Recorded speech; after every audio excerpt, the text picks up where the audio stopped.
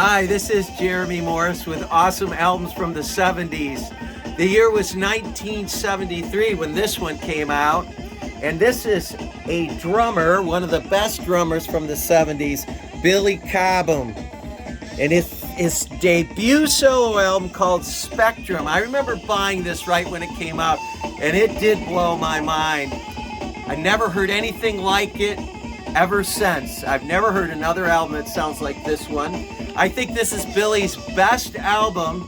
He went more of a jazz direction after this album, but this first album is really almost in a genre all of its own because he's mixing electronic music with rock music and a lot of experimental stuff going on. You may know him from the band the Mahavishnu Orchestra.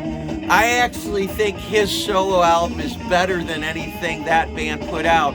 And why? Because he had an amazing lineup on this album. He had that incredible synth player, Jan Hammer, on the synthesizers, which you're hearing all over the place here. The synth was a new instrument at this time, so this was very adventuresome. But then, as you can hear right now, some hot lead guitar.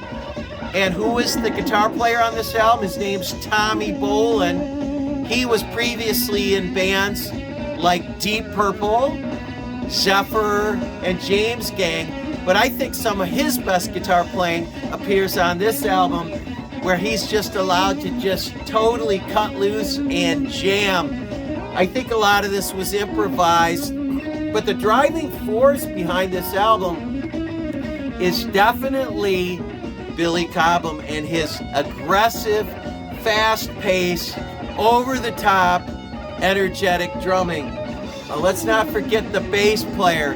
His name is Leland Sklar. He's a Los Angeles session bass player who played on lots of albums. He had a band called the Section. He also played on, for people like Jackson Browne and James Taylor. But here we're hearing him cut loose on the bass too. I know this isn't going to be an album for everybody, but I'll tell you one thing.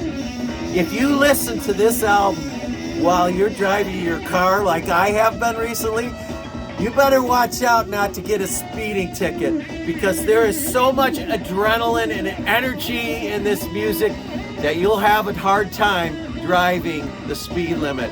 This is an awesome album. Check it out if you've never heard it.